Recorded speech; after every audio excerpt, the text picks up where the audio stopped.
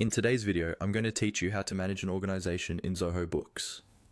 We'll walk through how to add a brand new organization inside your Zoho Books account, step by step, so you can keep different companies, branches, or entities clearly separated and properly set up. First, make sure you're logged in to Zoho Books and you're on any main page within the application. At the top right corner of the screen, you'll see the current organization name displayed. This is usually next to your profile icon. Go ahead and click on that organization name. This is your main entry point to switch between organizations or to create a new one.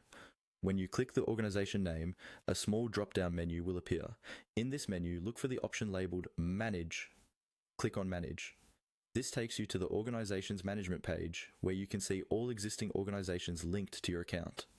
On this organization's page, you'll find a button or link called New Organization. It's usually located near the top right area of the screen. Click on New Organization. This tells Zoho Books that you want to add a separate entity with its own settings, transactions, and records. After that, you'll see an option that says Add New Organization. Click on Add New Organization to begin the setup process.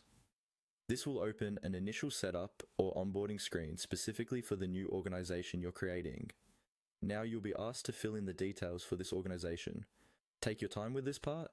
You'll typically need to enter information such as the organization name, business location or country, currency, time zone, and basic contact details like address and phone number.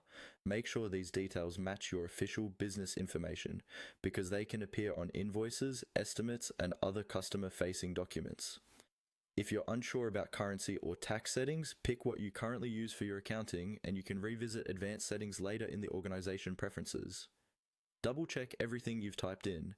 Accurate setup here will save you from having to correct your invoices or reports down the line. Once all the required fields are filled out and you're happy with the information, look for the button that says Let's Get Started. Click on Let's Get Started to complete the creation of your new organization. Zoho Books will then load the dashboard for this organization, and from here, you can continue configuring items, taxes, users,